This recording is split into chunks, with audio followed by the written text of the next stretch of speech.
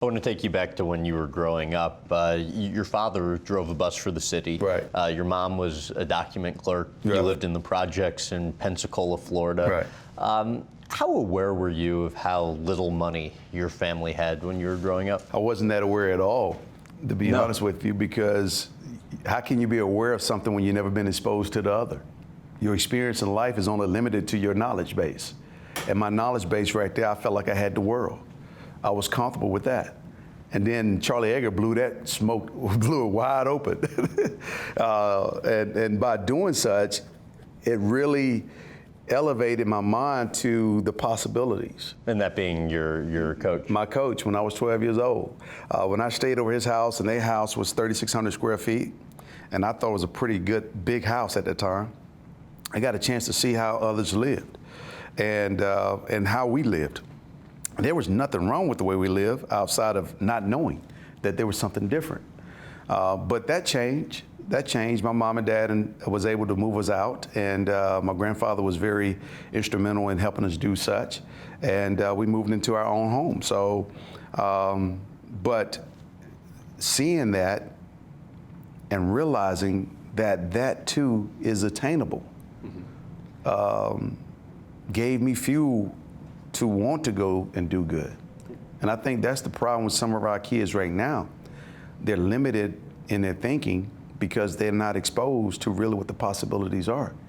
I also often say that people in the urban neighborhoods, they're not looking for a handout, they're looking for a hand up. They want somebody to give them an opportunity so they can go improve themselves. And if they do that, they're willing to earn it. They're willing to go out there and fight and do what they need to do to earn the right to earn that opportunity. But if you're telling them no, you can't, you only can go so far, frustration sets in.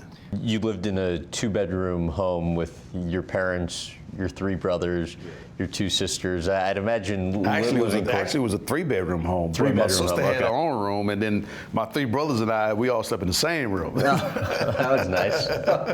What do you think, though, having gone through the kind of tough times growing up, taught you about fiscal responsibility? You know, the one thing that that we didn't really talk about was financial literacy at that time, because we had so little. But my grandfather always told me to save my money. But he only was limited in his capacity because the dollars that I saw was significant capital. But in this world that we call the financial world, you have to have a minimum of $50,000 to invest in anything, just about. And so not having the ability to sit around the room and have dialogue about how you save money, what you invest in, and all those kind of things was something that was not readily available in my household. I did not get exposed to that until I became a Dallas Cowboy and I got my first check. Wow. Then I'm sitting here talking with my financial advisors, and they're talking to me about a balanced asset allocation. What the heck that really means? Well, that means we're gonna put some of your money in bonds, we're gonna put some of your money in stocks, and we're gonna do this. We're gonna put some of your money in alternative investments. What the heck is an alternative investment?